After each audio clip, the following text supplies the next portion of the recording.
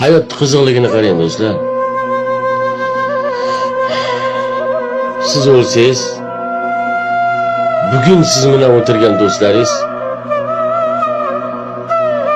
ertaga sizni qabringizga borishni emasdan chiqarar ekan. Ana dunyolarga ishonmagan bir dona yorim deganingiz ham 10 kun ko'z yosh to'kar ekan. In alam qilgani vaqt o'tib boshqani qo'ynida yotar ekan. Lekin sizni haliyam bolam o'lmagan, bir kun eshigidan kirib keladi deb oxirgi nafasigacha umid qiladigan, ichidan eziladigan ota-onangiz ekan. Otayu dardini ichkilidan olar. Ona kimga aytadi, kimga?